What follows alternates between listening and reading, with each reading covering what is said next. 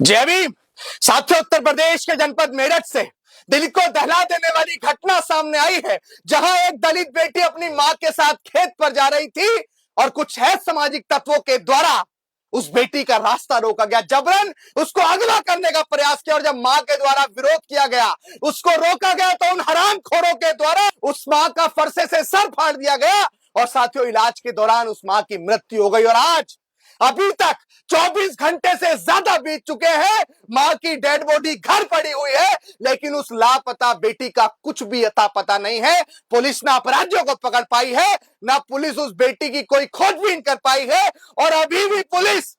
36 घंटे का 48 घंटे का समय मांग रही है। अरे शर्म आनी चाहिए तुम्हें। मैं सवाल करता हूं उत्तर प्रदेश के माननीय मुख्यमंत्री जी से, मैं पूछना चाहता हूं, आप कहते हैं कि उत्तर प्रदेश के अंदर अपराधी अब अपराध नहीं कर सकता है, उसके दिल में कानून का बहुत डर है। अरे कहां गया आपका कानून का डर, जब सुबह 8 बजे एक मां के साथ एक बेटी खेतों पर नहीं जा सकती है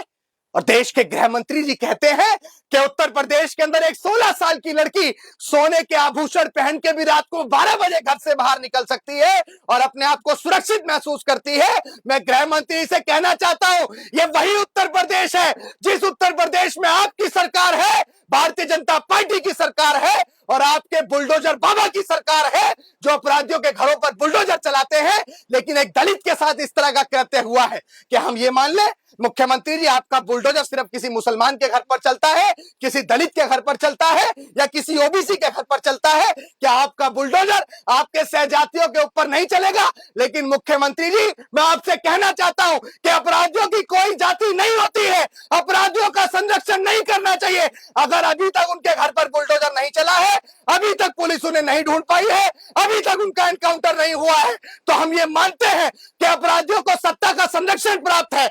मुख्यमंत्री जी की सहजातीय के द्वारा अगर इस तरह का कृत्य किया गया है, तो क्यों बुलडोजर नहीं चलना चाहिए उनके घरों पर? क्या इससे बुरा कोई कांड हो सकता है कि एक मां के सामने उसकी बेटी को अगवा करने का प्रयास किया गया, मां का फरसे से सर फाड़ दिया गया, 24 घंटे से ज्यादा का समय बीत चुका है, मां की इलाज के दौरान मौत हो गई है, बेटी का अता पता नहीं है, और कितना शोषण करवाओगे उत्तर प्रदेश के मुख्यमंत्री जी? इन अपराधियों को चाहे बिल में से ढूंढ के लाओ, अगर सुबह 10 बजे तक 10 जनवरी सुबह 10 बजे तक इन हरामखोरों की गिरफ्तारी सुनिश्चित नहीं की जाती है, तो हम पूरी मजबूती से मेरठ की ओर कूच करेंगे। भारत का संविधान हमें अधिकार देता है, सुबह 10 बजे का टाइम प्रशासन का और 10 बजे के बाद का टाइम हमारा। संवैधानिक दायरे में हम आपको बताएंगे कि हम अपना शोषण नहीं सहेंगे।